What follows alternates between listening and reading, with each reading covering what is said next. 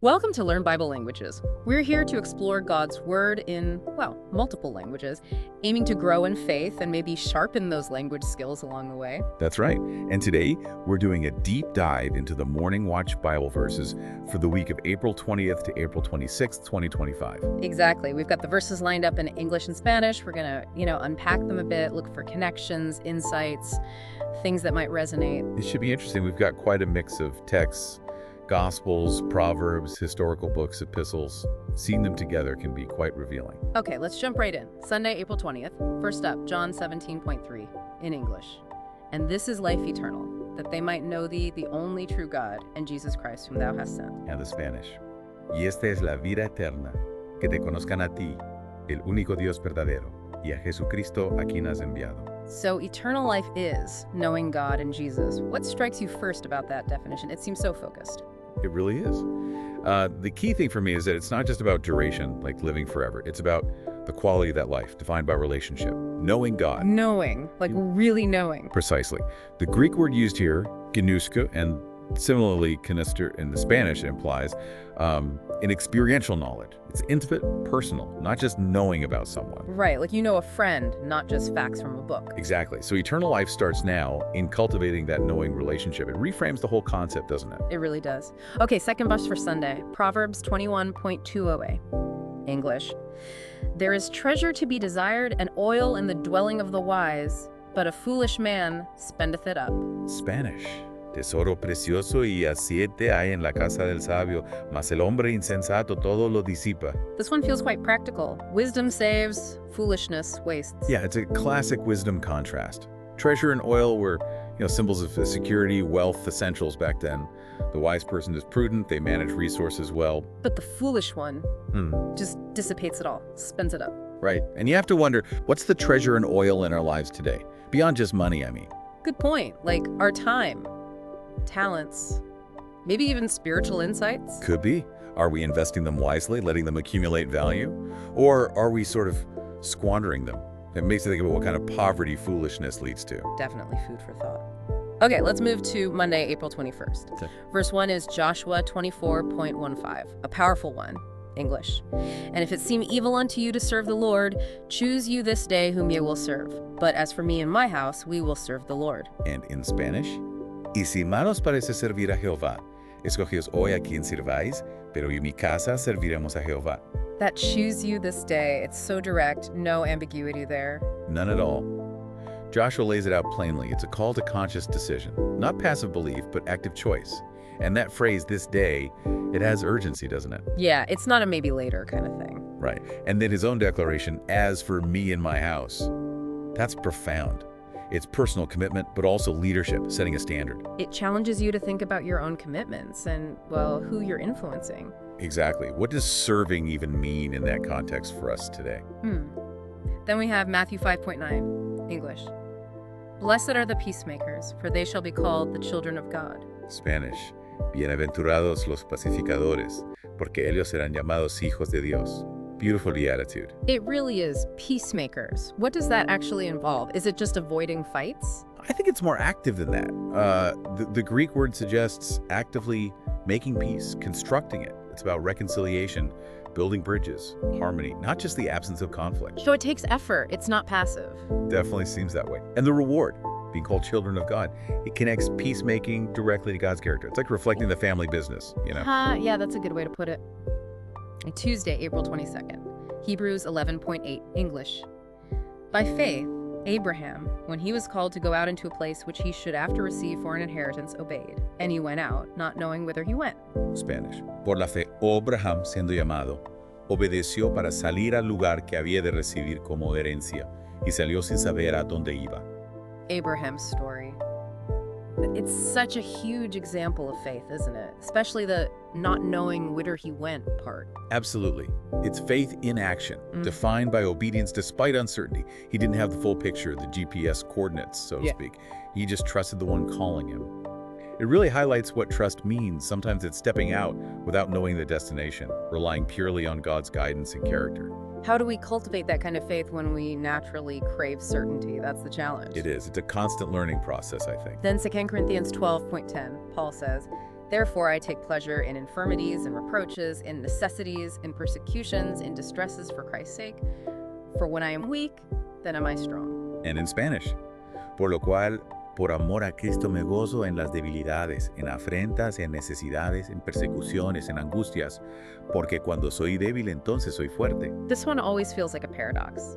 Taking pleasure in hardship, how does that work? It does seem counterintuitive, doesn't it? Yeah. But Paul isn't saying he enjoys suffering itself. It's more about the outcome, when he's weak, when his own strength fails. Then God's strength shows up. Exactly. He becomes completely reliant on Christ's power, and that's when it becomes most evident.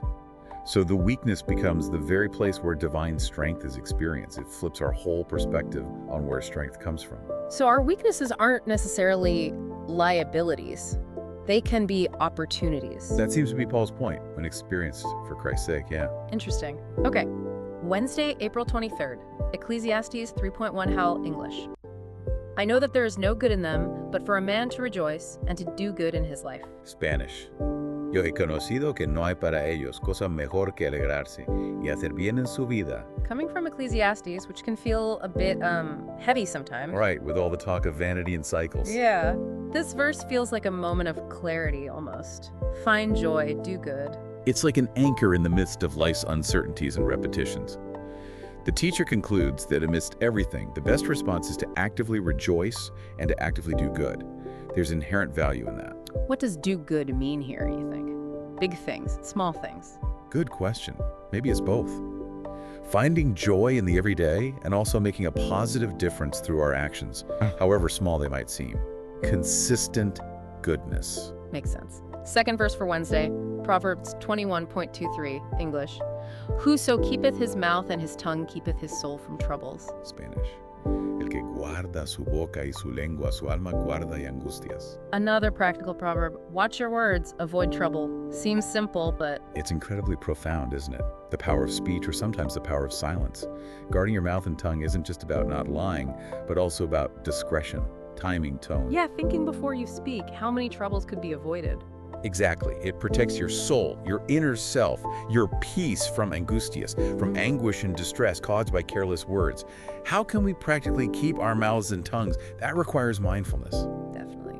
Something to work on. Thursday, April 24th. Job 38.4. God speaking to Job. Where wast thou when I laid the foundations of the earth? Declare, if thou hast understanding. Oof. And the Spanish.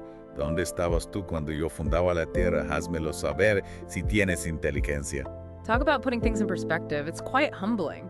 It really is. Yeah. This is God responding to Job's suffering and questions, not by giving easy answers, but by, well, expanding the view dramatically. Right, highlighting the vast gap between human understanding and divine wisdom and power. Precisely.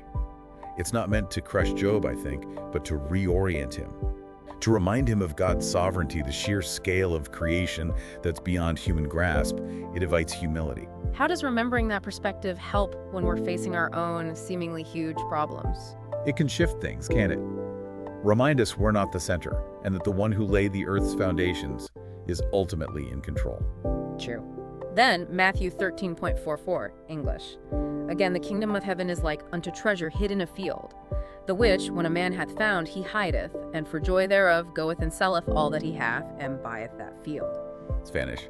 Además, el reino de los cielos es semejante a un tesoro escondido en un campo, que a encontrarlo un hombre, lo esconde de nuevo, y gozoso por ello, va, vende todo lo que tiene, y compra aquel campo. This parable, it really emphasizes the value of the kingdom. Immense value. Finding this hidden treasure prompts immediate, decisive, and joyful action.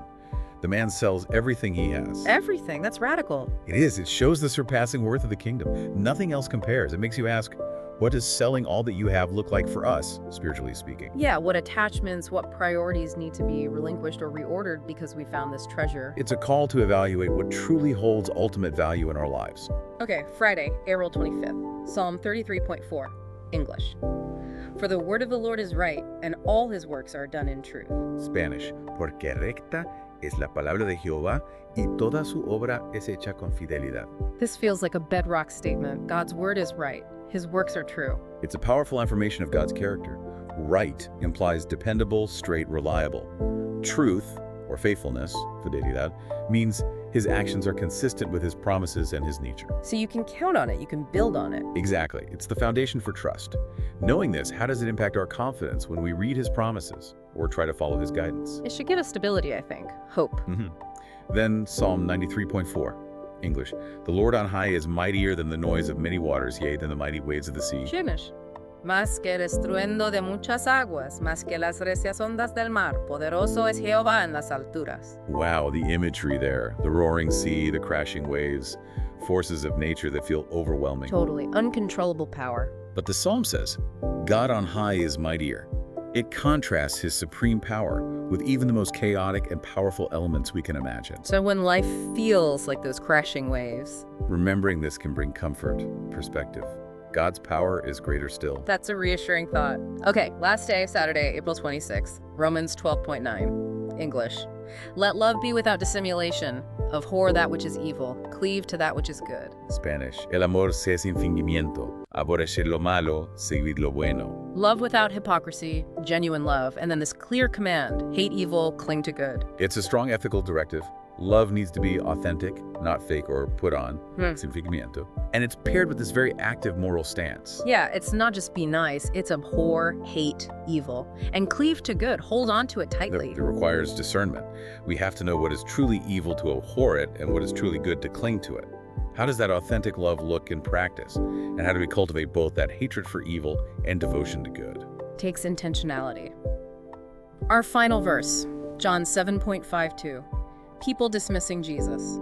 They answered and said unto him, Art thou also of Galilee? Search and look, for out of Galilee ariseth no prophet. And in Spanish, respondieron y le dijeron, ¿Eres tú también Galileo?